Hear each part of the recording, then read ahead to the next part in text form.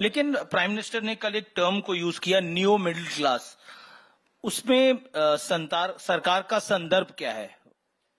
देखिए, माननीय प्रधानमंत्री जी के इस राष्ट्रीय राजनीति में पदार्पण से पहले 2014 से पहले की तरह यह राजनीतिक उपयोग किया गया था, लेकिन देश में गरीबों की संख्या सुरसा की मुंह की तरह बढ़ती जा रही थी।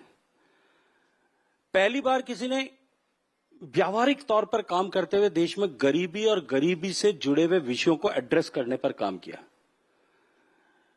योजनाओं का ही केवल निर्माण की नहीं किया, अपितु योजनाओं को 100% सैचुरेशन के दृष्टिकोण से धरातल पर उतारा। जी, मूलभूत आवश्यकताओं की, मूलभूत विषयों की चुनौती से जूझते हुए समाज को उनसे बाहर निकाल करके देश के लिए एक असेट साइड में ला करके खड़ा किया, और उसका परिणाम था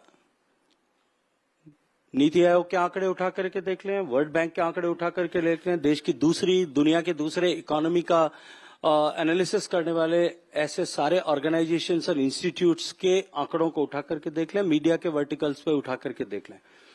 कुछ आंकड़ों में अंतर हो सकता है, कहीं 20 करोड़ होगा, कहीं 22 करोड़ होगा, कहीं 25 करोड़ होगा, कोई 30 करोड़ की बात कर रहा होगा, लेकिन इतना बड़ा तबका ऐसा है जो गरीबी की रेखा से बाहर निकल करके अब मध्यम वर्ग का जीवन जीने का सौभाग्य प्राप्त कर चुका है। वो न्यू मिडिल क्लास है।